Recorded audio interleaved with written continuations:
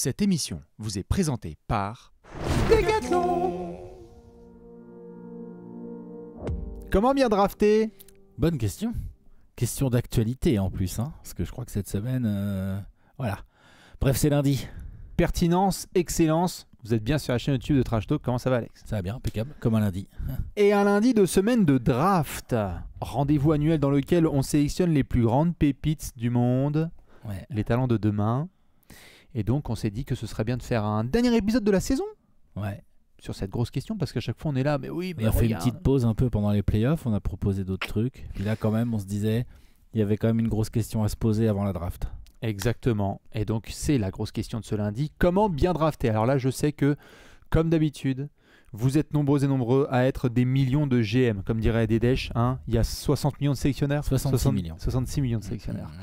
Nous avons aussi des milliards de GM dans la communauté Trash Talk. Donc, hâte d'avoir vos réponses. Comment bien drafter? On va expliquer tout ça. Comme d'habitude, Alex, on va faire des grosses séquences, puisque d'abord, on va essayer de définir les termes. Hein. Ouais. Ça veut dire quoi bien drafter, hein, parce Ça veut que- dire quoi bien drafter, tout à fait. Ah, il y en a parfois, ils disent j'ai fait une excellente draft, et puis bah, ça dépend de l'œil de celui qui regarde. Quoi, un Ouais, petit puis peu. ça dépend comment tu te positionnes. Est-ce que tu la juges le lendemain de la draft ou est-ce que tu la juges 4 ans plus tard?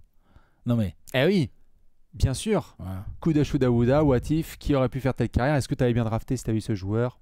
On peut toujours refaire des grands scénarios. On fait Est-ce des que tu as redrafts. laissé passer des mecs derrière ton choix qui était énorme? Est-ce que tu es des Minnesota Timberwolves et tu aurais pu mieux drafter à la fin des années 2000, Oui, t'aurais pu. par Mais exemple? bon, c'est plus facile à dire aujourd'hui qu'à Ah, l'époque. c'est toujours facile. Et justement, c'est marrant que tu dis ça parce qu'après la grosse définition, on mettra le gros contexte. C'est Ouais. qu'on est en 2024. Donc là, on a une draft qui arrive. Alors, plein de choses à devoir définir. Ouais.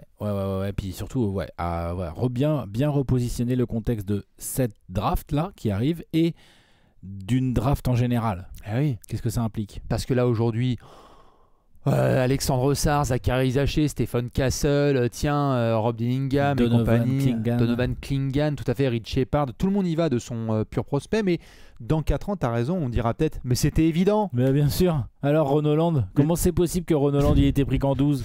Qu'est-ce que c'est que ce... Je hein le savais. Bien sûr. À chaque fois, c'est la même chose, et après, on fera une grosse tentative de réponse pour notamment répondre à cette grosse question. Très hâte d'en parler avec vous, parce que notamment quand on l'a préparé avec Alex, moi j'avais hâte de te poser la question, comment est-ce que toi, Alex, tu fais à chaque fois qu'une draft arrive? C'est quoi, selon toi, bien drafté? Ouais. Puis on va confronter ça aussi avec ma manière de faire, et ça se trouve, il y aura des choses en commun. Ouais, normalement, ouais. Peut-être. Faut espérer. Faut espérer, sinon c'est un peu chelou. C'est clair. C'est un peu nouveau. Ce qui est sûr et certain, c'est qu'on espère que vous avez passé un bon week-end. Que donc, pour rappel, ce mercredi 26 juin, à partir de 1h du matin, c'est quoi, on va le dire, dans la nuit de mercredi à jeudi, Ouais. à partir de 1h du matin, on sera en live sur Twitch pour la draft 2024 qui démarre, elle, à 2h du matin. Ouais. Donc voilà, vous savez Avec déjà. le où pic noter. 1. Est-ce que le pic 1 sera bleu, blanc, rouge? Réponse de la France, oui. Réponse de la draft, on verra. Oh merde, quand même. Hein. Allez, On verra. allez, mais Atlanta Hawks, si ça se trouve, ce sera pour une autre franchise. On le saura d'ici là. Avant de démarrer et de faire la petite définition, on vous rappelle bien évidemment que les grosses questions cette saison et depuis longtemps, les lundis, on est avec les potos de nos amis de Decathlon. Exactement. Decathlon qui a un partenariat avec la NBA. Donc là, il y a une jolie chaussure Celtics que vous avez déjà vue, que vous connaissez déjà. Il y a ce magnifique sweat que j'ai trouvé très à propos. Petite broderie là du taureau, du logo des Bulls. Franchement, il est assez cool à porter. Puis j'ai trouvé ça très à propos pour parler de draft. Puisque les Bulls, on se fout souvent de leur gueule. Mais on parle quand même d'une franchise qui a drafté Michael Jordan en 3, qui a drafté Scottie Pippen, qui a drafté Derrick Rose. Patrick Williams. Oui, bon, voilà. Lou Holding. Oui, ils ont Lou Holding, c'était pas Chicago, aussi... c'était pas une si évidence mauvais. absolue. Ouais, bien voilà, sûr, c'était pas vachement mauvais comme bien, pic. bien sûr. Non, mais bien sûr, comme toute franchise, il y a des pics où on peut se dire waouh et tout. N'empêche que ils ont drafté quelques joueurs all-time. Eh oui. Alors avec des hauts choix. Hein. On va en parler d'ailleurs, c'est quoi bien drafté, mais c'est vrai que c'est a priori un petit peu plus facile de bien drafter quand t'as le pick 1, que t'as tous les choix. Après, tu peux te tromper en 1, mais oui, tu peux. Mais ça arrive de se tromper, mais tu peux aussi trouver des pépites. Fin de top 10, vous avez par exemple Joachim Noah, pépite Tout du à top fait. 10 sélectionné par les Bulls, qui a fait une grande carrière. Il y a du Bulls à retrouver dans la collection Lifestyle de nos amis Decathlon. Il y a du Celtics, et là je peux vous dire que ça draft aussi assez bien. Du côté de Boston, ouais, ça draft pas tout mal. on vient de le voir en finale ça NBA. rigole pas du tout. C'est pas mal, vous le savez évidemment, vous pouvez tout retrouver sur le site de nos potos de Decathlon, le fameux anneau connecté dont on a fait une masterclass avec Alex et Léonce récemment. Si vous n'avez toujours pas vu cette incroyable vidéo, vous pouvez foncer la regarder. Voilà. Tous les liens sont dans la description, surtout le lien pour aller sur la collection de Decathlon. On est juste avant l'été, on est juste avant la draft, faites-vous plaisir. Il y Exactement. a plein de franchises, hein. Là on a fait Chicago et Boston, mais il y a de tout. Hein. Bah, il y a du Lakers, il y a du Warriors, il y a du Knicks. Fut une époque, il y a eu du du Hawks. Bulls, fut une époque, il y a eu du Hawks, fut une époque, il y a eu du Mavs en édition limitée, je m'en rappelle, qui était assez belle, j'aimais bien. revenir. Donc voilà. Donc là, on est sur une chaussure basse, Exactement. légère à souhait. Hein, savez donc quoi. ça, c'est une chaussure qui gagne des titres en mettant du 3 points. Pas que, hein, je schématise, mais vous m'avez compris. Et qui draft bien. Et justement, on va parler de tout ça, mon cher Alex, car on va tout de suite démarrer avec un peu de définition, je pense, Allez. pour redécrasser un petit peu tout ça. La grosse def. Hein. Et bah c'est parti. C'est l'heure de la grosse définition. Alors dans cette section, c'est très très simple. On pose des termes tout de suite. Alex, c'est quoi bien drafté? Alors déjà, drafter, C'est quoi? on va faire les bases des bases. Évidemment, il y en a qui sont en train de regarder cette vidéo qui disent ah non, c'est bon, je suis au courant. On le redit quand même. Drafter, c'est choisir un joueur à la draft. Voilà. C'est pas selon le Larousse, hein, c'est selon mon carnet. Mais non, plus sérieusement, 60 choix de draft, 2 tours de 30, du 1 au premier tour jusqu'au 30, du 31 au 60 au deuxième tour. Et on voit toutes les équipes n'ont pas un pic. Il y a des équipes qui ont plusieurs pics. Il y a des trades de pics. On va en parler. Le pic est devenu, le pic de draft est devenu une Très grande monnaie. une valeur, quoi, une Bien monnaie sûr. d'échange. Et donc la draft, si vous suivez Trash Talk depuis un petit moment, vous savez comment ça fonctionne. Dans la théorie, ce sont les moins bonnes équipes de la saison écoulée qui ont les meilleurs choix de draft. Cette théorie est parfois mise en défaut par 1, la loterie, on va en parler, et 2, par les éventuels échanges, deals qu'il y a eu et tout. Tout à fait. C'est comme ça que tu te retrouves avec les Hawks Hawks en en 1, avec les Spurs qui ont 2 choix dans le top 10 cette année, avec le Thunder qui vient d'aller en mid-conf mais qui a encore un loterie pick, Eh oui. et ainsi de suite, et ainsi de suite. Donc ça, c'est le jeu. Et donc, bien drafté, pour moi, bien drafté, c'est choisir le meilleur joueur possible en fonction du pick que tu as. C'est-à-dire que bien drafté en 1, logiquement, c'est en 1, c'est tu chopes un des 2-3 meilleurs joueurs de la draft, si possible le meilleur, en 1. Si tu es en 1 et que tu as un joueur qui est même pas dans le top 5 de sa draft, pour moi, c'est que tu as mal... je veux dire, si a posteriori, on se dit « Ah, vache, ouais, il y avait au moins 4 ou 5 joueurs meilleurs que lui dans la QV, mais il a été pris en 1 », c'est que tu n'as pas très bien drafté.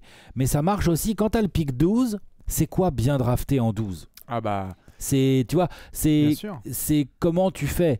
Et donc bien drafté, c'est ça. C'est choisir le meilleur joueur possible en fonction du numéro du choix que tu as. Je suis d'accord. C'est ce qui fait d'ailleurs, autant démarrer tout de suite hein, avec ce système de définition, c'est ce qui fait que pendant des années, les Spurs qui ont eu des excellents bilans ont été applaudis pour leur très bonne draft. Ils ont bien drafté. Champion de la fin de premier tour, les types. Tout à fait, parce C'est que vrai, hein. exactement, tu te retrouvais entre les places 20 et 30 et tu avais des gars qui sortaient de là et tu te disais mais qu'est-ce qui se passe avec San Antonio? On retrouve toujours des garçons qui sont compétents alors que les Spurs sont en fin de loterie, donc quelque part bien draftés, et tu me dis si j'ai des bêtises, mais selon moi aussi bien drafté pour compléter ta définition, c'est avoir une équipe au sein de ta franchise qui s'occupe de la draft, qui a très très bien fait son travail en amont Voilà. de prospection et de sélection avec les chances Non, qu'elles mais avaient. c'est vrai que tous les ans, on se retrouve avec des types entre 15 et 30, là, donc dans la deuxième moitié du premier tour, et on se regarde quelques années plus tard, on se dit ah bien joué, Mais ils l'ont eu en pourquoi 18. il a chuté lui Ils l'ont eu en 18, c'est bien joué et tout, tu vois. Non mais bien sûr, hein, ça c'est clair. Donc bien drafté, c'est ça. En fonction du niveau de choix que tu as, de choisir le meilleur joueur possible ou un minima un type qui va apporter quelque chose à ton équipe. Bien sûr. Voilà. C'est pas si simple. C'est pas facile. C'est hein. pas si simple. Est-ce qu'on peut ajouter aussi le fait que ce sont des équipes qui ne prennent pas forcément totalement en considération ce qui vient de se passer, ce qui est palpable, c'est-à-dire la jeune carrière d'un joueur, mais qui sont aussi très forts en prospection.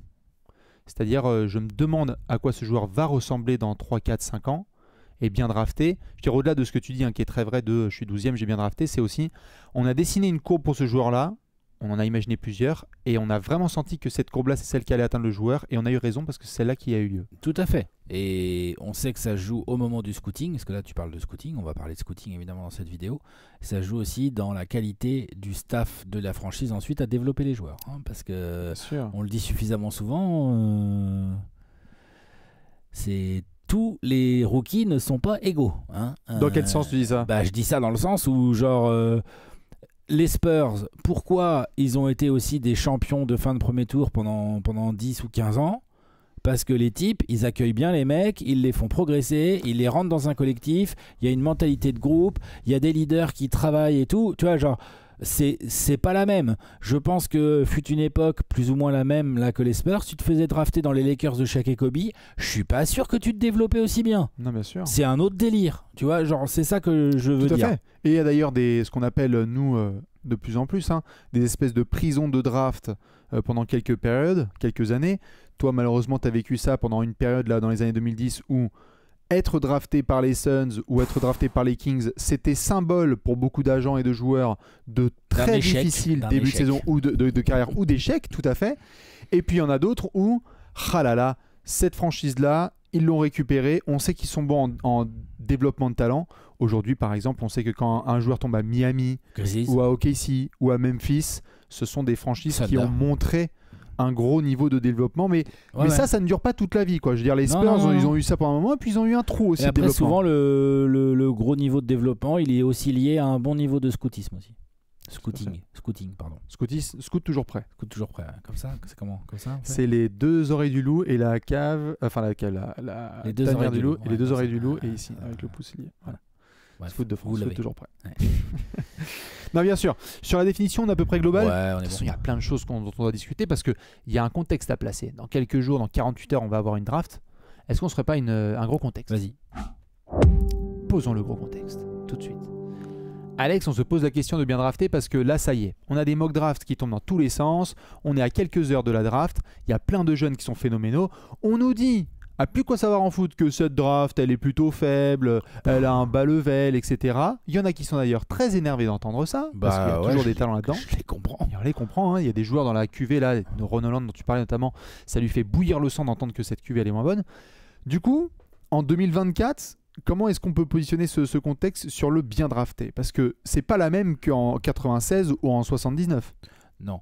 Déjà, depuis 85, on a une loterie de draft, donc toutes les drafts qui sont avant sont très différentes. Depuis plus récemment, j'ai pas la date exacte, mais les pourcentages à la loterie ont été un petit peu modifiés. C'est mis Adam Silver, là, c'est 2016, 17, 18. Ça, hein, ça fait 7-8 ans, quoi. Ouais. L'évolution récente de ces conditions de loterie, donc la loterie, vous l'avez vu au mois de mai, comme tous les ans, c'est donc chaque franchise, en fonction de son classement, elle a plus ou moins de chances d'avoir le first pick, le second pick, le third pick, et ainsi de suite, et ainsi de suite. Ça a un vrai impact. C'est-à-dire que les moins bonnes équipes de la saison précédente, elles ont toujours le plus de chances d'avoir les meilleurs choix de draft. Bien sûr. Toujours. Mais... comme ça a été un peu réduit l'écart, c'est-à-dire que maintenant tu as 3 équipes qui ont 14% de chance d'avoir le first pick, tu n'en as pas une seule qui a 25% comme ça a été le cas pendant longtemps, tu vois, tu as un petit peu plus de surprise. Du coup, ça te change un peu plus ton top 3. C'est comme ça que les Hawks se retrouvent en 1 et que les Pistons, pour la deuxième année de suite, avec un bilan bien cracra, n'ont que le pick 5. C'est déjà pas mal le pick 5, mais c'est t'as le seum. Voilà, c'est ça que je veux dire. Donc, tu passes de Wemby à Osar Thompson, excuse-moi pour la blague. Non, mais t'as raison, mais c'est très important parce que ces équipes sont les plus avantagées en termes de pourcentage, mais comme c'est de plus en plus équilibré, c'est de moins en moins évident. C'est-à-dire que maintenant, bien drafté, quand tu es une équipe en reconstruction, ça peut vouloir dire... ah bah mon pote, t'as beau avoir un bilan dégueulasse, tu draftes en 4, en 5, en 6, tu draftes pas en 1, quoi, jamais, ou presque, ou oui. T'as eu toute une période de reconstruction, mais pendant des années, là, salut les Pistons, bon, ils ont eu Kate Cunningham en 2, en 1, je suis bête, bien sûr c'est le numéro 2, mais concrètement, c'est pas tous les ans, et t'as pas du tout de garantie. Ah non. Donc, c'est ce que la NBA a voulu interrompre. Mais bien sûr, donc c'est vachement important parce que le point suivant, c'est que tous ces pics de draft là, c'est un actif, c'est du, comment dire, c'est un capital. Quand tu gères une reconstruction, quand t'es pas en reconstruction et que tu vises le titre, que t'as le pic 23, je te dis pas que c'est pas important, mais c'est quand même moins, c'est une moins grande valeur. Déjà, c'est plus des choses que tu ajoutes en bout de chaîne. Là aujourd'hui, si par exemple les Hawks ou les Wizards ou les Rockets qui sont en 3 Rockets en 3, ouais. se disent ok, non, je sais pas, nous on va pas drafter, on va plutôt dire à des gens ouais, notre pick 3, nous les Rockets, notre pick 3 il est disponible, peut-être à atteler avec un joueur, mais on veut un joueur All-Star ou de calibre All-Star en échange. Parce que c'est un vrai actif et que tu as des équipes qui sont dans une reconstruction et qui auraient bien un joueur pas si loin que ça du niveau All-Star et qui se disent attends, nous ça nous intéresse parce que là on draft déjà en 7 mais on pourrait aussi drafter en 3, du coup on réalise nos plans différemment et tout. Tu as des équipes qui ont plusieurs picks dans ce premier tour et qui pourraient se dire ok, nous les Spurs, ça va pas être le cas, hein, mais on veut pas drafter en 4 et en 8, ou nous les Blazers, on veut pas drafter en 7 et en 14 je crois. 14, tout à fait. On veut bien essayer d'aller voir les Pistons justement et de leur dire les gars, vous allez pas vous faire fumer encore à drafter en 5, prenez le 7, prenez le 14, prenez Malcolm Brogdon, je sais pas, hein, je dis au hasard, vous êtes serein, Malcolm Brogdon, vétéran, confirmé, vous avez 2 picks derrière, mais nous les Blazers, on va drafter en 5. Souvent quand les équipes font ça, c'est qu'elles ont une cible, mais Bien pour sûr. toucher ce genre de cible, sauf si tu t'appelles Jerry West, il faut avoir des assets, du capital, tu vois.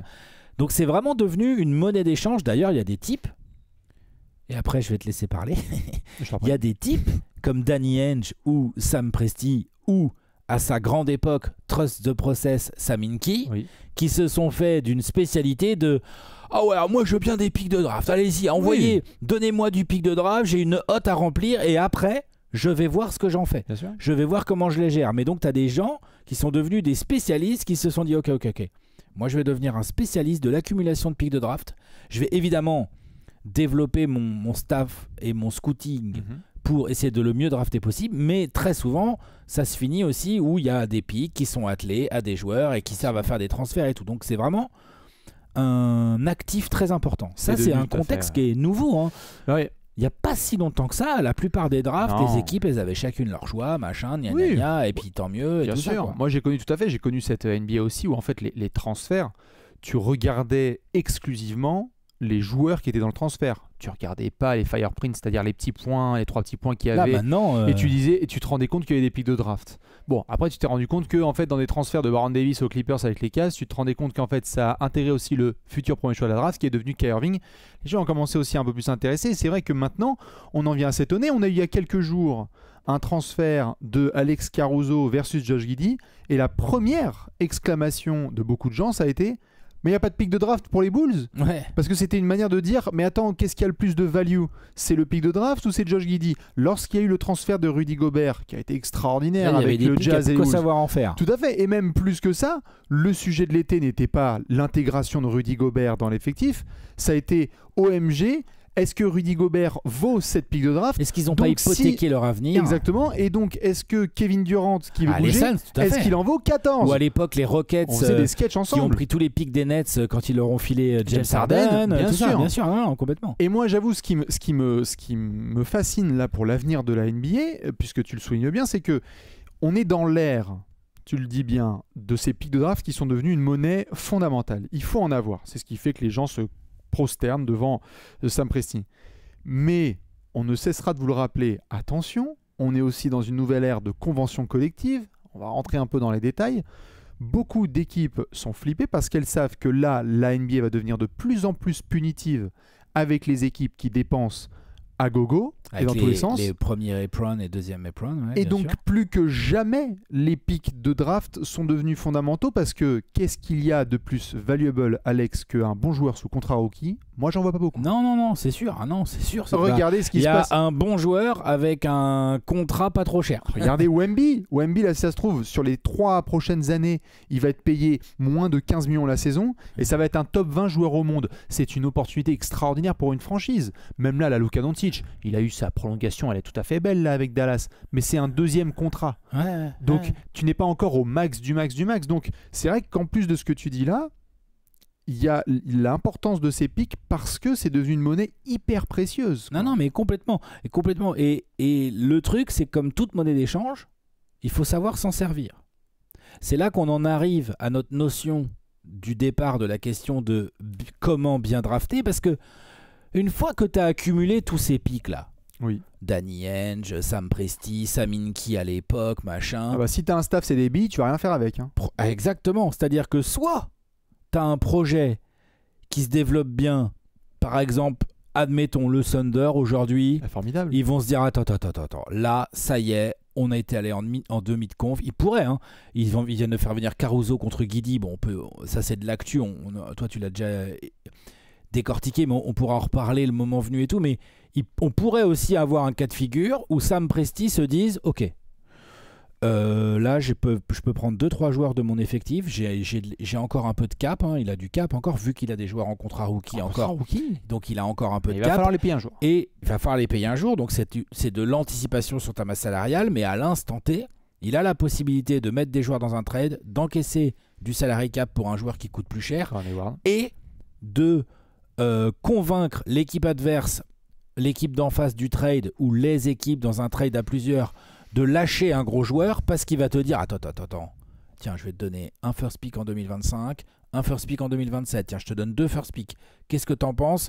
Est-ce que t'es d'accord pour me lâcher Paul George? Est-ce que t'es d'accord pour me lâcher Bradley Beal? Voilà, Pascal Siakam. Non, il va signer certainement au Pacers. C'est bon, ça a prolongé au Pacers, tout à fait. Ça y est? Oui, c'est acté. Pardon. Vas-y. Parce qu'au moment où on tourne, j'ai pas fait gaffe. Non, mais c'est important parce que les gens ils vont voir la vidéo. Après, c'est du tampering. Mais non, c'est c'est du tampering, t'inquiète. Ouais, c'est vrai que c'est du tampering, mais ça va se faire. Non, mais tu vois ce genre de profil où il va, en gros, où il va pouvoir monter dans des sign and trade en disant si tu me laisses faire le sign and trade, moi je te mets un petit pic avec. Bien sûr. Donc en gros, il a la monnaie d'échange. L'autre façon d'utiliser les pics, c'est de drafter. Et donc, faut bien drafter. Par exemple, le Thunder, cette année, ils sont en 12. Drafter en 12 dans une draft dite de faible niveau par beaucoup d'observateurs, on est d'accord ou pas, c'est pas le sujet. Mais moi, je trouve qu'il y a plein de bons joueurs comme tous les ans. Évidemment. En fait, hein. Mais en 12, on sait bien. Qu'est-ce que peut faire le Thunder en 12? Quel genre de joueurs ils vont choisir? Est-ce qu'ils vont être, selon les fameuses maximes, est-ce qu'en 12...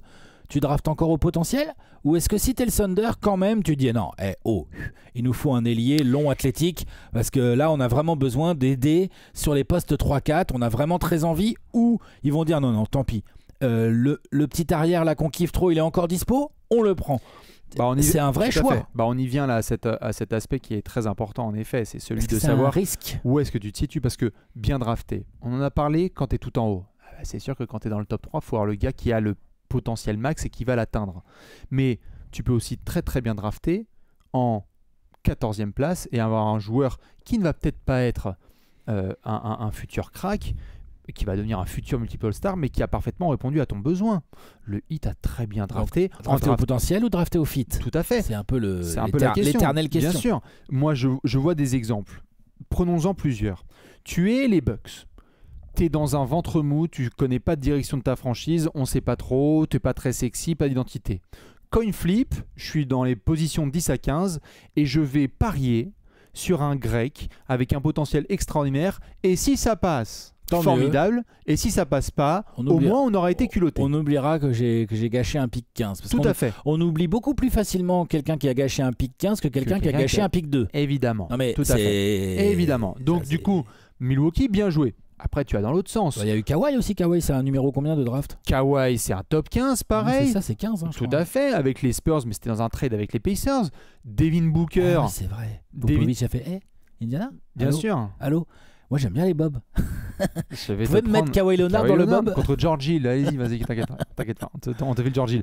Devin Booker, c'est pas un top 13 de draft, tout à fait. Donovan Mitchell à Utah, c'est un pick 13 aussi. Également. Voilà. Karl Malone, c'est un pick 13. Kobe Bryant aussi, il y a du gros pick là-dedans. On a vu des garçons, Bam Adebayo, le Heat. Ils étaient avec Hassan Whiteside et on s'est dit, que va-t-il se passer? Et ils ont pris un intermusculeux, on s'est dit, ah bah dis donc, ça va être bizarre en fit. Et bah du coup, Hassan Whiteside, il a été pris d'aller voir le Travail France. Non, mais complètement. De toute façon, des pics entre 10 et 20 qui ont fait des immenses carrières, il y en a plein. Il y en a plein. Et en même temps, dans ce range-là, vous avez aussi des gens qui se foirent complètement parce qu'ils ont fait des essais. Donc ça veut dire que tu t'es dit, pile ou face, Michael Porter Jr., Denver, pick 15. Ouais. Mal de dos, on va voir, aller sur un malentendu, 5 ans plus tard, ils sont champions, bravo.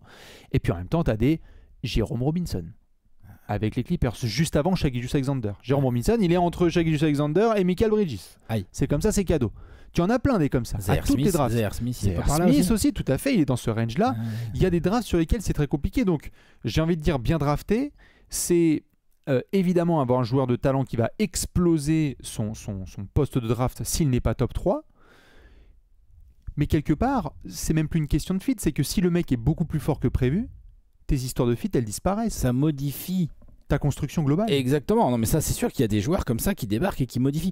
Donc, en fait, on en revient au fait que quand tu draftes, tu prends forcément une part de risque.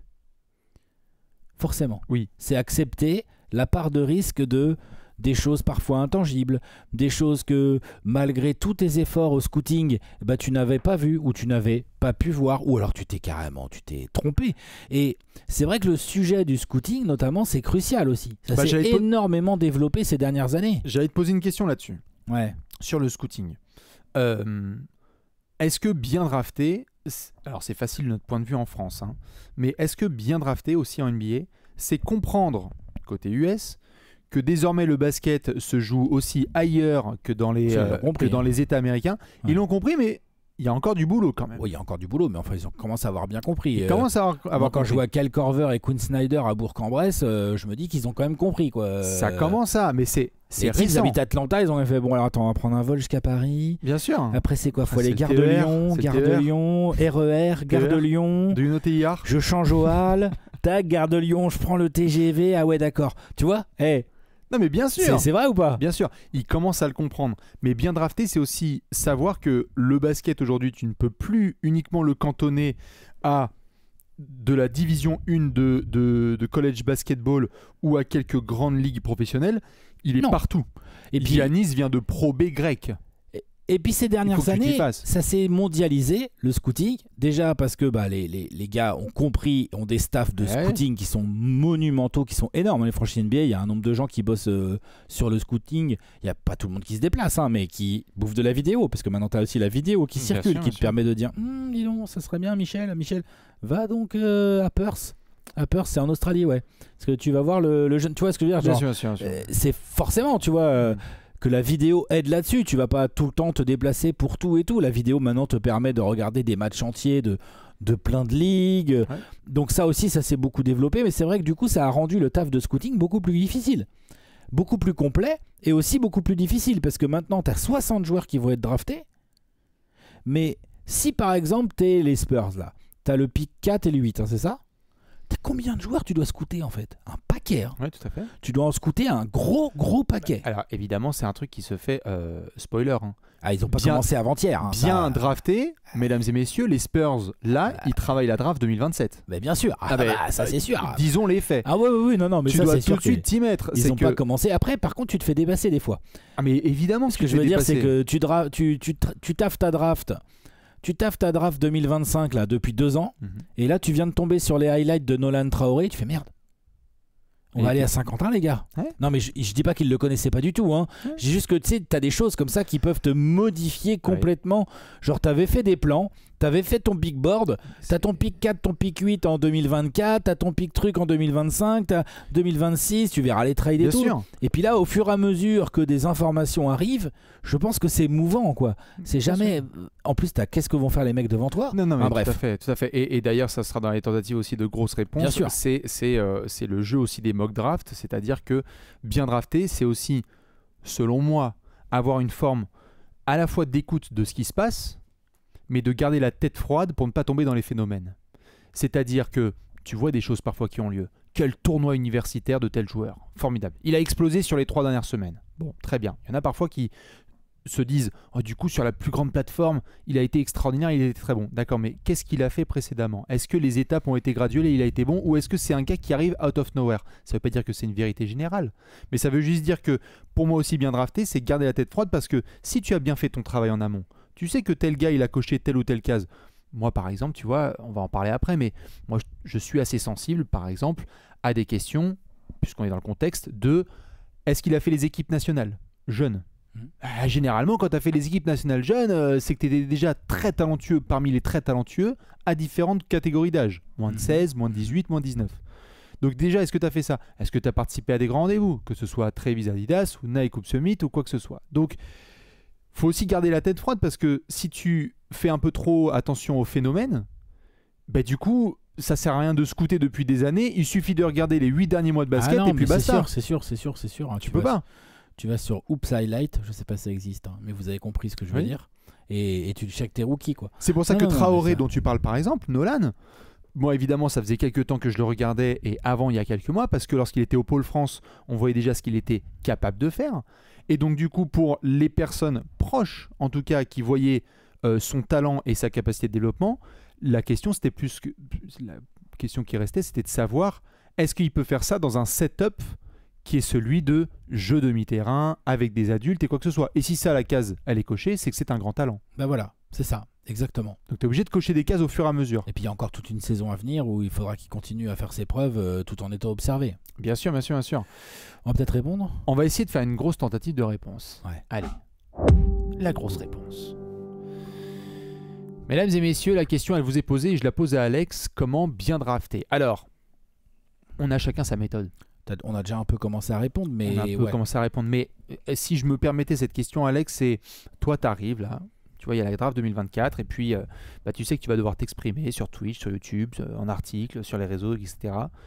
Quand tu évalues des jeunes prospects comme ça, tu vas pas forcément révéler toute ta méthode, mais quelles sont les choses auxquelles tu tiens et tu te dis, pour moi, c'est ça bien drafté? Tu veux dire les qualités que je cherche forcément chez un joueur de base, quel que soit le pic? Ouais. Quel que soit juste comme ça à chaud, et puis tu me dis, après on va rebasculer sur les équipes. Moi, à titre perso, ça c'est sûr, je regarde d'abord le shoot. Ok. Ouais, c'est le premier truc que je regarde. Parce que pour moi, c'est le basket, c'est le shoot. C'est mettre des ballons dans le panier. Et ça te permet de jauger assez vite une base technique du joueur. Pas tout, parce qu'après le mec shoot bien, mais ça se trouve il sait pas poser un dribble et tout, c'est bien sûr, ça j'ai conscience. Mais mine de rien, par exemple là, classe de draft, je vais aller faire mon petit tour et je vais checker, selon moi, qui c'est le sharpshooter ou les sharpshooters, comme on dit, les shooters techniques, efficaces de cette draft. Parce que on se rend compte que, après c'est des histoires de contexte, mais déjà tu as une base où ça veut dire qu'il y a un type, tu le mets sur un terrain de basket et il va mettre des ballons dans le panier. C'est con, Deuxième truc que je regarde le plus, souvent même je regarde les deux un peu en même temps, c'est les attributs physiques. Les trucs parce que le shoot, tu peux toujours te dire oui, le travail peut l'améliorer, c'est vrai, moi je pense même que le shoot fait partie des choses pour les gros bosseurs, parmi les augmenter un pourcentage au shoot, c'est pas que le fruit du travail, mais le travail peut t'amener des bons trucs là-dessus. Kawhi Leonard, alors que les attributs physiques, non bien sûr, Kawhi Leonard, Lonzo Ball, des joueurs qui n'étaient pas des Jason shooters, Kidd, non mais tout à fait.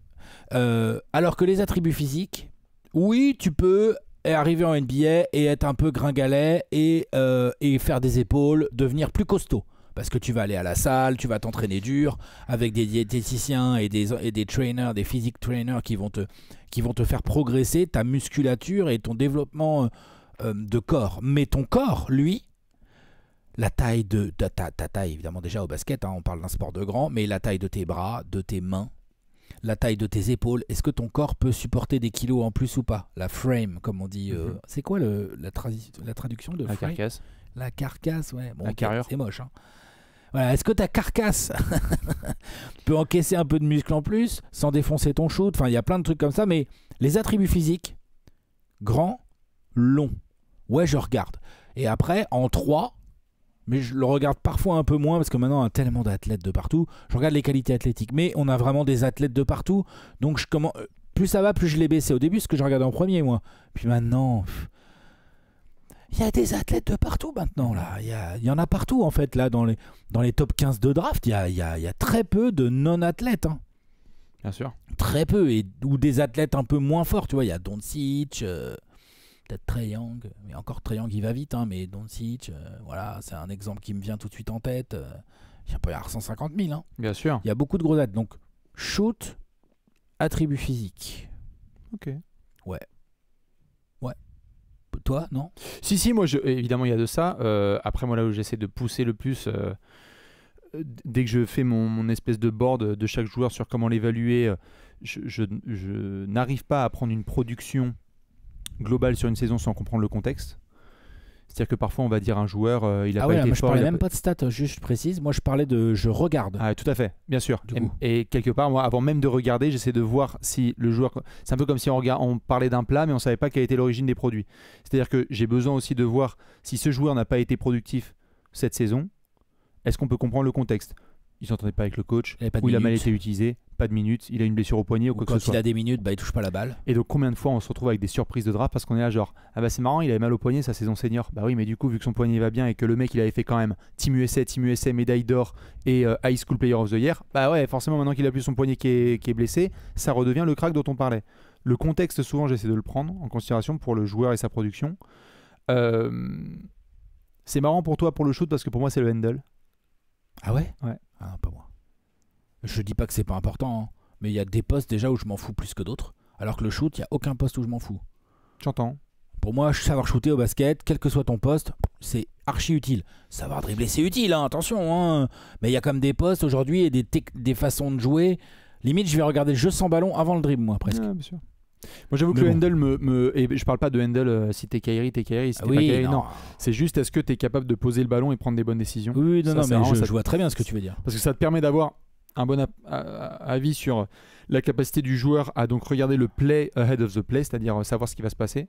Ah ça c'est pas le handle, hein, ça c'est le QI ça. Tout à fait, mais c'est lié, mais tu ne peux pas, c'est forcément lié parce que tu mais ne peux pas. Le déplacement sans ballon aussi dans ce cas-là. Tout à fait, mais moi là où je parle de handle, c'est que tu ne peux pas avoir cette capacité à prendre de bonnes décisions si t'as les chocottes ou si l'équipe adverse c'est qu'en fait tu vas perdre si tu te dribbles sur le pied. Si tu te dribbles sur le pied, c'est vrai que les décisions sont plus dures à prendre. Du coup c'est compliqué parce qu'il y a des garçons comme ça où parfois tu as des très beaux shoots mais dès qu'ils posent le ballon au sol, bah, du coup ça devient des joueurs de fond de banc. Toi tu avais fait un espèce de listing notamment sur comment bien drafter, on peut peut-être essayer de se le confronter. Ouais, plus dans la peau d'un front office. Allons-y. De la team scouting quoi, d'une équipe, plus le front office avec le general manager et tous les gens autour qui vont devoir prendre des décisions.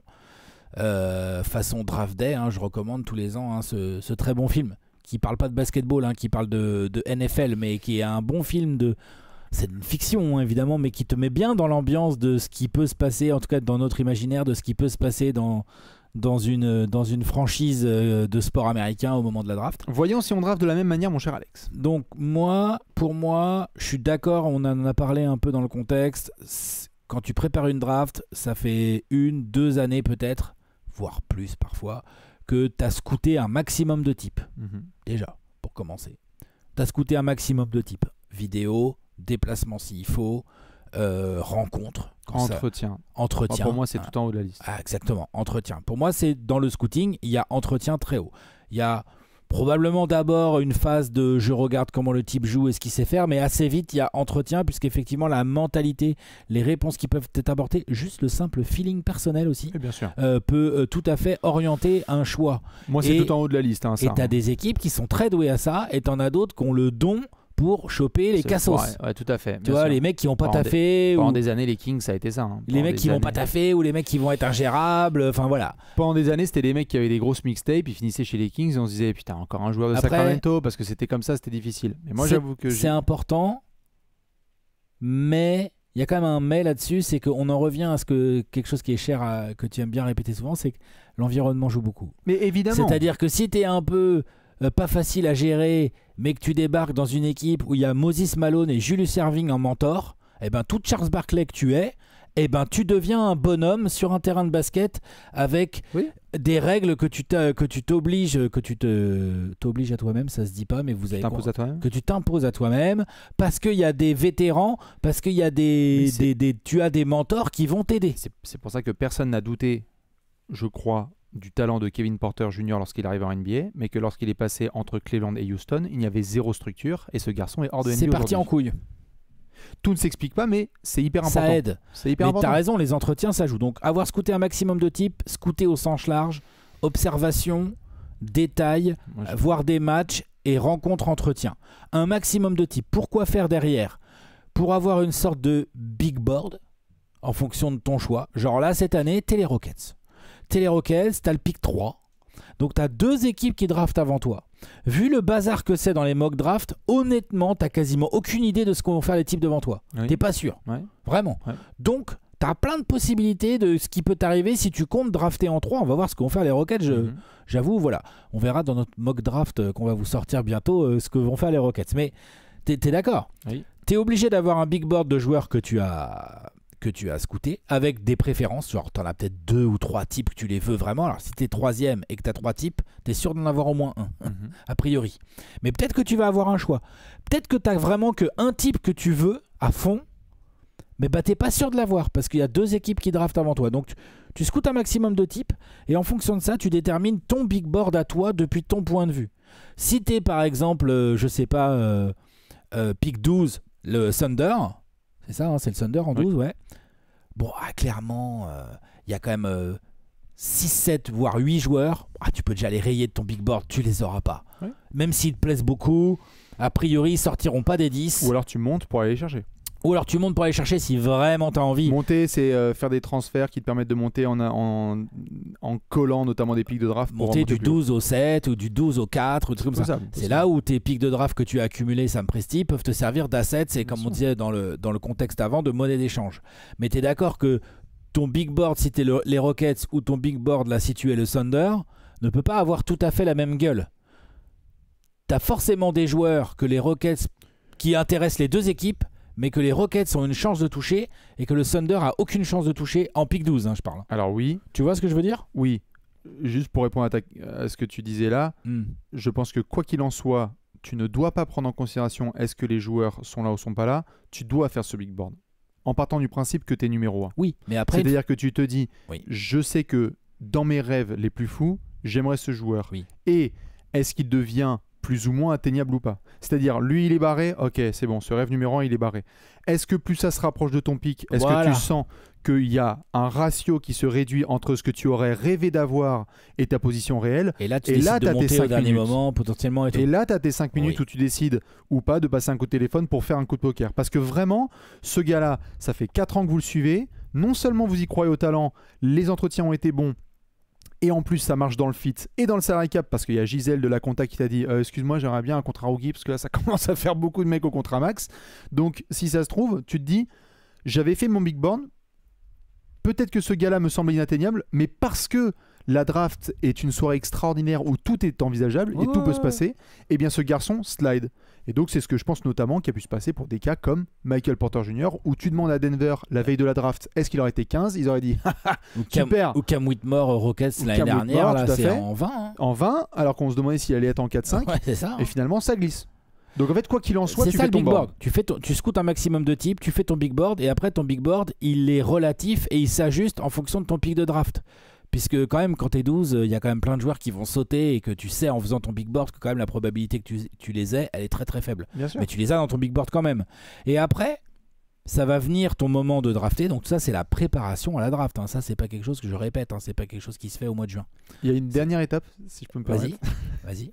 Avant que tu fasses ta draft, tu as fait ton big board. Tu sais ce que tu désires réellement. Tu as de la flexibilité et tu sais comment ça se passe au-dessus de toi.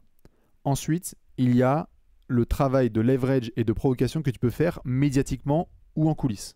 C'est-à-dire des travaux de pression qui sont faits par des franchises qui disent « Nous avons déjà fait une promesse à un joueur, mais on ne vous dit pas qui c'est » ou « Ce joueur a reçu une promesse de la part d'une équipe située dans les plaines et qui joue dans la conférence Ouest. » Ce sont des travaux de guerre psychologique qui créent. T'as les agents aussi qui rentrent là-dedans. Évidemment. Genre, tel joueur ne fera des workouts que chez Chicago. Parce qu'il joue que tel Chicago. Poste. Voilà. Exactement. C'est hyper important cette partie-là parce que du coup... et tu connais bien ça avec Kobe Bryant, Jerry West et toute cette histoire, c'est que tu crées en fait des jeux de domino et de pression tels sur des managers, sur les choix des autres. Hein. Tu défonces les soirées de certains gars. Il y a des managers, c'est tellement bancal, tu mets un grain de sable, toute la structure se dégringole. Et en fait, finalement, le proprio qui a eu un coup de cœur sur ce mec parce que son neveu, il l'a adoré sur Touquet, finalement, il le prend. Ouais. Donc attention aussi, dans cette courte période entre t'as fait ton board et le moment de la draft, à jouer sur cette guerre psychologique. Il y a des franchises qui ont été monumentales là-dessus pour dire non, mais il n'y a pas de souci, on va peut-être balancer notre pick de draft. Et puis le soir même, ils l'ont gardé et ils ont pris exactement le joueur qu'ils voulaient. Et je rajouterai un dernier point aussi. On le voit dans certaines franchises où c'est pas bien clair. Faut que la cellule scouting et la cellule qui va trancher à la draft, donc le scouting avec les general managers et tout le monde soit bien aligné sur dans quelle fenêtre sportive tu es actuellement. Oui, et qui prend la décision finale. Alors, qui prend la décision finale? Bon, ça, après, il peut y avoir une hiérarchie très claire et tout. Mais surtout, il faut être aligné sur dans quelle fenêtre sportive tu es actuellement. Par exemple, je pense que c'est un des plus gros soucis du numéro 1, enfin de de l'équipe qui a le first pick de la prochaine draft, c'est les Hawks. Dans quelle vraie fenêtre sportive ils sont, les dirigeants? Est-ce qu'ils sont en mode ouais, on va drafter machin parce qu'on va l'associer à truc et franchement, on joue les demi de conf l'année prochaine? Ou est-ce qu'ils sont en mode je sais pas trop, on va drafter au talent et puis on va voir, on va avec Jalen Johnson et puis peut-être on va trader Trae Young parce qu'il a mis un sablier sur Twitter, t'as vu? Oh là là, c'est la merde, je sais pas quelle fenêtre de tir on a. Alors ça, c'est chaud. Hein. Tout à fait, c'est sportif. Mais là, tu vois, les Wizards, ils sont peinards, eux. Ils draftent au talent. Ils sont... Merci. Envoie un peinard. En termes de projet. Ils sont peinards. Non, mais ils n'ont pas de questions à se poser. Quoi. Tu draftes au talent, il y a de la place pour le talent. Il sera titulaire. Mais quand même. Oh bah. Tout à fait. Mais ce que je veux dire par là, c'est que si tu es Washington, pour entrer dans les faits, tu préfères que Alexandre Sarr soit disponible plutôt que Zachary Isaché. Tu préfères. Des raisons évidentes de fit. Oui. Mais après, tu peux prendre quelqu'un d'autre. Et Atlanta, pour revenir là-dessus, je comprends les dynamiques sportives. Mais là, c'est même un autre problème. C'est, j'en reviens à... Qui prend la décision? Non, mais bien sûr. Parce que là, on ne sait même pas si c'est une décision de propriétaire ou si c'est une décision de management et de coach. Eh ben. Donc rien que déjà si dans la même pièce, tu as 3 voix différentes avec 3 avis différents, ta soirée elle est nulle d'entrée. Ah bah ça c'est sûr. Donc et ça on ne le sait pas. Je récapitule. Avoir scouté plein de types, avoir fait son big board, comme l'a dit Bastien. Redis là, qu'est-ce que tu as expliqué juste après ça là, la pression médiatique. La pression médiatique. Tout, hein, et j'avais oublié un dernier détail. Qu'est-ce que tu as décidé d'annoncer publiquement en termes de workout? Nous avons pris tel et tel joueur en workout. Ouais. Il y a parfois des gars qui te disent on l'a pris mais on a fait 0 workout parce qu'on était sûr de notre truc. Ouais, bien sûr. Comme ça attire pas l'attention. Ça attire pas l'attention. Et enfin, que le staff, le front office soit bien aligné, avoir une stratégie claire. Dans quelle fenêtre sportive se trouve notre équipe actuellement? C'est hyper important au moment de drafter. Et ensuite, j'en arrive au jour J, où là, pour moi, la plus grande question, c'est tu draftes au potentiel, c'est-à-dire le joueur qui, selon toi, va aller le plus haut en termes de niveau NBA, quel que soit ton pic de draft, tu draftes au potentiel, ou à partir d'un certain niveau de pic, quand ça a déjà descendu, tu commences à dire bon, peut-être que Jean-Michel, il a un meilleur potentiel, mais je vais quand même prendre Kevin parce qu'en fait avec Kevin, mon équipe elle est archi compétitive tout de suite. On en revient à ma fenêtre sportive. Je pense aux Thunder.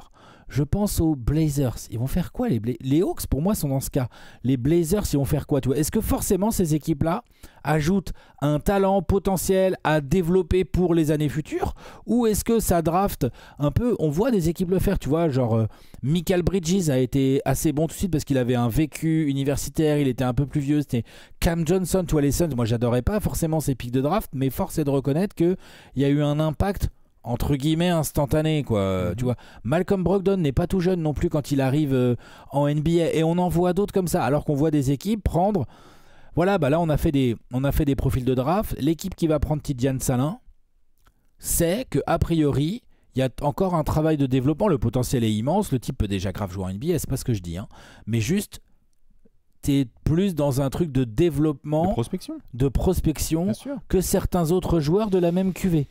Et donc ça, c'est l'éternelle question qui est pas si simple que ça à remplir. Il y en a pour qui c'est évident, tu draftes au talent, quel que soit ton choix de draft. Au talent, quel que soit ton choix de draft. Alors, c'est pas... Pour moi, ce qui est évident, c'est évidemment ma méthode. Alors vas-y, parce qu'on est toujours comme ça. Raconte. C'est beaucoup plus facile d'avoir un grand joueur qui partait de pas grand-chose, mais qui s'est bien développé parce que ta structure est fiable.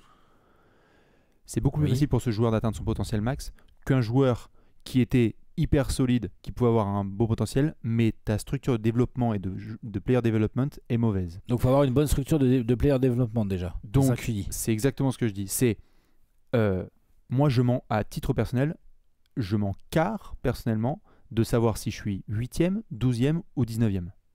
Ah bon? Très personnellement. Ah bon? Bah pas moi, mais ok, d'accord, vas-y. Ouais. Parce que je pense que si mon travail en interne a été bien fait et mon staff de développement est aussi fort que cela, mon joueur il sera meilleur que le tien en fait dans quelques années. Parce que j'aurais fait le nécessaire et j'aurais le cadre nécessaire pour qu'il soit très très bon. C'est ma manière de fonctionner. Je vois ce que tu veux dire, mais il y a des drafts où c'est pas vrai quand même. ça dépend. Genre Wemby, fallait être 1 et puis fallait le choper quoi. Oh, mais bien sûr. C'est ça que je veux dire. C'est pour ça que je dis 8, 12 ou 16. Ah oui, C'est d'accord. pas 1, 2 ou 3. Pardon. Ok, d'accord. Soyons clairs. C'est pas si je suis premier ou 30e. C'est Oui, pas ça. ok. C'est si je suis 8e, 12e ou 21e. Oui, ça se discute, je suis d'accord. Dans ces cadres-là, Oui, moi, oui. je préfère prendre au potentiel et me dire tiens, je suis le hit, je connais ma structure. Toi et moi, on est étonné par Tyler Hero, on est étonné par Jaime Raquez et on est étonné par Bam Adebayo. Voilà, Ouais. et Jovic va faire pareil. Parce que la structure en fait de développement du hit, elle a fait ses preuves. Et de scouting. Et de scouting, Attention, évidemment. hein. Ils Jalen prennent pas au hasard. Hein. Thunder, Jalen Williams, pardon. Ouais. Chet semble une évidence. Top 3 de draft, donc là à ce moment-là on y va. Ouais. Mais Jalen Williams, c'est du potentiel et on va faire confiance à notre structure. Ouais.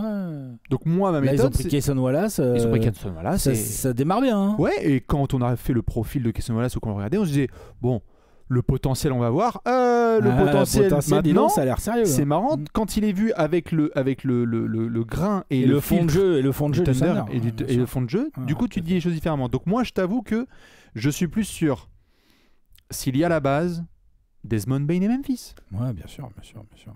Memphis avait un super staff development. Ils ont pris un gars en fin fond, c'était un pic des Celtics qu'ils ont récupéré dans un trade, si je dis pas de bêtises, il pique 30, 30e, tout à fait. 30 000, Et ils ont dit, nous on a confiance dans notre structure, on a notre backcourt du turfu. Ouais, non, Donc c'est moi sûr. j'avoue je fonctionne comme ça, mais après je sais pas toi comment tu... À partir de ce moment-là, quand tu es en draft day, est-ce que tu es plutôt au potentiel ou où est-ce que tu places toi le curseur entre potentiel et safe quoi? Une fois que j'ai fait mon scouting report et que j'ai mon big board, je pense que j'essaye d'établir une liste de joueurs que je veux vraiment parce que je pense que leur potentiel est supérieur à leurs copains de draft. Dans le sens, tu disais Chet, c'était une évidence de le drafter haut, tu vois. Oui. On a quand même été surpris de voir Paolo Banchero en 1, surpris, pas parce que Paolo Banchero n'avait pas le potentiel, mais parce que les rumeurs disaient autre chose. Ah bah le travail du Magic de No Communication pendant 3 semaines. Voilà, tout à fait. Mais au max il descendait en 3, Paolo. Mais exactement. Et c'est ça que je veux dire. C'était kiff-kiff. C'était Jabari Smith ou Chet Holmgren ou Paolo Banchero. On avait 3 joueurs Oui. qui se détachaient quand même assez clairement à l'époque, dans Oui. leur draft, en termes de qualité, potentiel, traduire son jeu en NBA et tout machin. On en avait 3-4, quoi. Oui. Voilà, t'en as souvent. Là, dans cette draft cette année, c'est peut-être pas si évident. C'est une draft vachement intéressante. Oui. Parce que tu as pas mal de joueurs à potentiel, mais c'est bien malin qui dira qui dans 5 ans sera vraiment qui seront les 2-3 vraiment on dira ah ouais, non, la draft 2024 pardon, mais là Oui. incroyable. Stephen Castle, comment ça se fait que Qu'ils tu soient vois, passés et entre ainsi les de suite, tu vois. Donc c'est pour ça que j'allais te poser une question, vu que C'est pas facile. tu utilises bien tout à fait cet exemple-là de la draft à venir. Si on se refait la draft 2020, avec ce sur quoi on est en train d'échanger, comment est-ce qu'on peut du coup analyser, c'est très facile a posteriori, mais comment est-ce qu'on peut analyser le fail absolu dans la vision de Golden State d'avoir pris James Wiseman juste après Anthony Edwards, sachant qu'il y avait des garçons comme LaMelo ou d'autres garçons à ce moment-là. C'est que quoi, ils étaient établis et ont fait un peu trop au fit. Un peu trop au fit, ça c'est sûr. Un peu trop au fit. Ça c'est sûr. Maintenant, Parce qu'ils ont la structure pour développer. Ils ont la structure pour développer, mais il y a des peut-être blessures et tout. qu'il y a des blessures qui les foutent dedans. Peut-être aussi qu'ils avaient sous-estimé le côté mental qu'il allait falloir apporter à James Wiseman. Donc il y a eu un truc à l'entretien qui n'est pas passé. Ouais, il y a eu soit un truc à l'entretien qui n'est pas passé, soit aussi peut-être qu'ils avaient surestimé leur capacité à développer. C'est-à-dire que Golden State, a montré une qualité, c'est-à-dire qu'ils ont développé leur génération grâce à la draft, mais ensemble. Steph, Clay, Steph arrive avant Clay, mais je veux dire, ils se développent, ils grandissent ensemble avec Draymond, ensemble. Ensuite, ils ont montré une capacité absolument incroyable à intégrer des types, mais plutôt sûr. des vétérans. Ouais. Plutôt. Ouais. Iguodala, Zaza Pachulia, Andrew Bogut, tu vois, des mecs qui avaient déjà un peu une capacité Ils arrivent, Kevin Durant, bam, on accueille une star, on est Golden State et tout machin. En termes de développement de jeunes, depuis que les Steph, Clay, Draymond et Steve Kerr sont au pouvoir, ils ont sorti qui vraiment comme jeunes qu'ils ont vraiment emmené avec eux? Jordan Poole. Voilà, tout à fait, j'allais le citer. Ils l'ont fait monter de ouf, et le mec, à l'instant T où Steph Curry a eu une petite blessure en début de playoff et qu'ils ont eu besoin de lui, on a tous fait oh putain, incroyable Jordan Poole. On attend de voir ce que va donner Kuminga, mais il y a des choses Kuminga, Moody intéressantes. peut-être, il y a des choses intéressantes. Mais ce que je veux dire, c'est que attention, l'environnement c'est une chose, Looney. mais Looney en role player titulaire, ils en ont fait ce qu'il fallait, ils en avaient besoin. C'est d'ailleurs peut-être pour ça d'ailleurs qu'ils n'ont pas réussi à faire Wiseman, parce qu'en fait finalement ils avaient peut-être pas tant de place que ça Il y a plein à de- mettre dans la raquette, il y a plein de paramètres. Mais ce que je veux dire, certainement un peu trop drafté au fit, et certainement aussi que peut-être que pour Wiseman, c'était un autre style d'environnement qu'il lui fallait Ah, mais tout à fait. au départ de sa carrière, Tout à fait. et que c'était trop pression, trop ambitieux Golden State, et peut-être que Wiseman, il aurait été mieux dans un projet à la Nets de l'époque où on a vu Bien sûr. Claxton monter en grade. Je vois pas ce qu'a fait Claxton, ça se trouve Wiseman aurait pu le faire en étant en plus technique en attaque. Mais on en revient tout à fait sur la réalité sportive de ta franchise, parce que s'il y a bien un truc qui est compliqué et complexe, et on l'a vu avec des joueurs même plus vétérans hein, comme Kelly Oubre, c'est que intégrer le système Warriors, ça requiert certaines capacités d'adaptation et de compréhension du jeu qui sont level up. Ça veut pas dire que ces joueurs-là sont Et t'as la teubés. pression. C'est juste que du coup, tu sais très bien que niveau pression et ce que tu dois rendre et t'intégrer dans le collectif, t'as pas le choix. C'est pas free flow offense, c'est parti youpla boom. Hein. C'est Steve Kerr qui dessine. C'est les mêmes systèmes pour du Steph, pour du Clay avec Draymond en point forward. Et donc, peut-être aussi que là-dessus, le côté light years ahead où ils se sont dit attends, on va anticiper 2025, on va avoir un pivot rim runner qui va faire des trucs de malade. C'était ambitieux, mais ça a foiré. Après, C'est ça. ça arrive. Ah non, attends. Et ça arrive à plein de gens. L'autre jour, je sais plus dans quelle émission, là, je me suis moqué des Lakers. Les Lakers, 2 drafts de suite. D'abord, tu as Brandon Ingram devant Jalen Brown. Non, Si, Brandon Ingram devant Jalen Brown et Lonzo Ball devant Tatum. C'est ça? C'est dans Oui. cet ordre-là? Ouais, bon, bref. En gros, et encore Lonzo Ball, ils l'ont tradé et tout, c'est pas vraiment eux. Mais les Lakers n'ont jamais été des grands développeurs de jeunes. Les Lakers, draftés haut et développer le type et le faire sentir bien, finalement, ils les ont mis dans des trades et ça a récupéré Anthony Davis. Oui. Et on se moque un peu ou on critique un peu parce que c'est vrai que derrière eux, les Celtics, coup sur coup, ont drafté 2 types, 2 ailiers, ils en ont fait un duo qui les a emmenés au titre. Bah ouais. Donc effectivement, donc dans le cas bien drafté, je suis pas sûr qu'il faille suivre par exemple l'exemple des Lakers ces dernières années. De toute façon, je sais pas combien de franchises suivent l'exemple des Lakers. C'est pas du Lakers hating, c'est juste que dans leur manière de faire leur franchise, comme tu l'as dit, drafter des joueurs et développer, on s'en bat les couilles. C'est pas des éleveurs de champions. C'est pas des. Ils voilà. draftent des champions de temps en temps, hein, Magic Johnson, Kobe Bryant tout à fait. et tout, mais sinon les champions, ils les mettent dans des trades, ils les Ils récupèrent. les récupèrent, ils les signent, ils font des photos, etc. Ouais. Euh, Donc c'est une culture aussi, la draft. j'en- C'est avoir bien sûr. l'habitude. J'en reviens au talent et à ta structure parce que on est en plus dans l'ère du faites même gaffe à vos seconds tours de draft, hashtag Taco Bell, Nikola Jokic. Donc on sait aussi que si ta structure est suffisamment bonne, tu peux avoir aussi des joueurs du second tour. Draymond Green, hein. Draymond Green, évidemment. Jalen Brunson. Jalen Brunson. Jalen très Brunson, bien. Dallas, c'est un joueur de second tour de draft aussi, Ouais, ouais, si ouais. je dis pas de conneries. Donc moi j'avoue que je vais faire confiance à ma structure et à ce que le joueur m'apporte dans les entretiens qu'on a pu avoir. Si après le fit a lieu, c'est formidable, mais j'avoue que je le mets en option. Moi, j'avoue qu'à partir d'un, en fait, à partir d'un certain niveau, Parce que j'allais te poser une question, pardon, vas-y. ouais, vas-y. En 2018, Ouais. t'as Devin Booker. Ouais. Le fit, c'est DeAndre Ayton. Ah bah c'est une erreur de draft. Mais attends, je vais la relativiser. non, mais attends, je vais relativiser pas Mais l'erreur. le fit, c'est DeAndre Ayton. Oui, mais c'est justement parce que ce que j'allais expliquer, c'est que en haut de draft, je pense qu'il faut essayer d'aller taper le talent et le génie. Et je pense que les Kings, les Suns, les Hawks ont fait une erreur monumentale Non, moi j'ai le génie, t'inquiète. non. On fait une erreur monumentale en ne prenant pas Luka Doncic. Les Suns se sont cachés, et moi-même à l'époque, hein, sur une histoire de fit. Devin Booker, DeAndre Ayton, Shaq gna, et gna, Kobe tout. 2.0. Machin, pourquoi pas, après tout, ça n'a pas marché, mais voilà. Les Kings, bon, je vais pas faire de commentaires là, parce que voilà, on voit Simon bientôt, j'ai pas envie d'avoir des problèmes, mais ils ont pris Marvin Bagley quand même, c'est compliqué.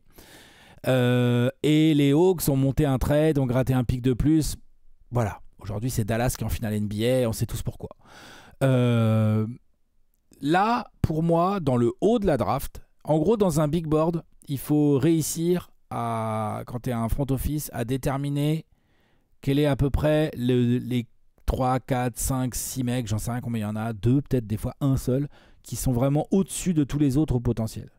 Une fois que tu es sorti de ce pool, selon toi, hein, de joueurs, tu commences à avoir une décision à prendre entre est-ce que tu rajoutes du potentiel ou est-ce que ton projet, là, qu'avance bien, il mériterait pas juste ce joueur-là qui a du potentiel, qui colle en termes de rotation, t'as fait les entretiens, tu le sens bien, le gars il est dans la bonne mentalité, il va t'apporter, il a l'air déter en défense, il a l'air ceci, cela, les workouts ça s'est bien passé, il t'a un peu impressionné ou quoi, et tu te dis ouais, non, là cette année, peut-être je vais laisser, j'ai un doute, là il y a machin et machin derrière, j'ai peut-être un petit doute sur le potentiel mais je suis pas tout à fait sûr de moi, donc dans ce cas-là, je rajoute du fit dans ma décision.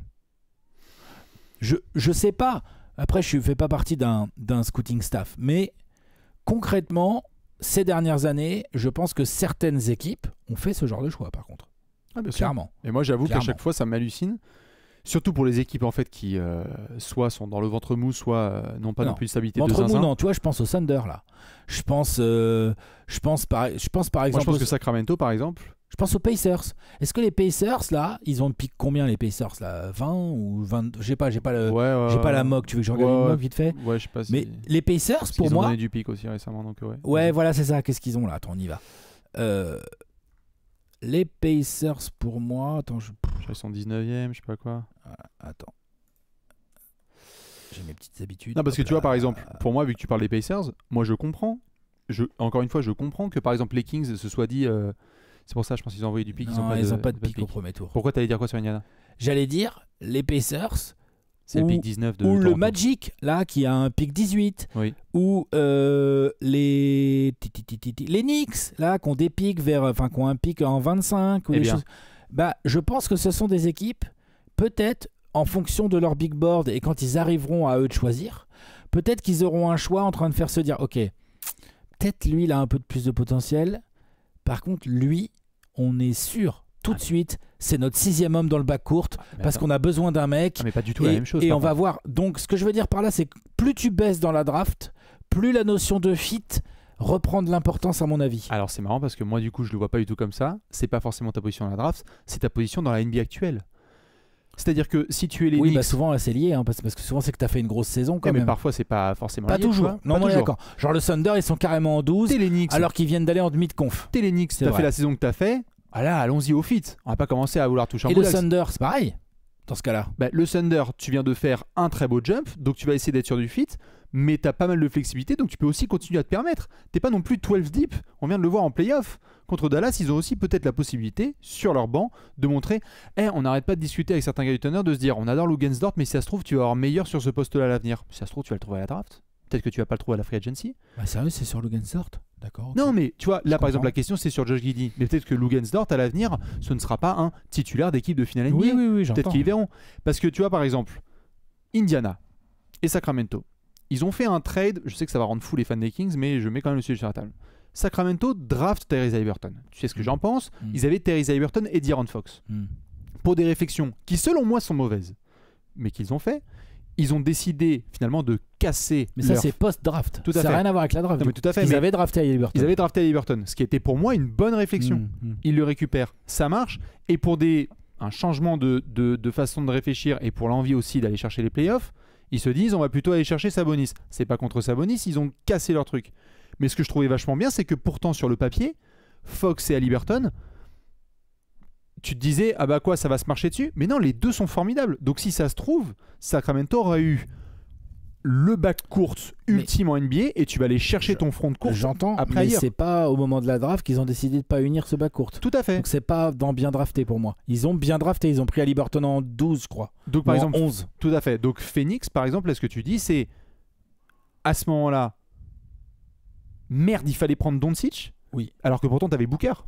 A posteriori, T'aurais dû prendre Doncic. et je pense que du coup ça implique que Quelque chose. quand t'es si haut à la draft, là, en l'occurrence t'es numéro 1, tu ne peux pas faire l'impasse sur un talent évident. Non. Après, plus tu descends dans la draft, parfois moins le talent est évident.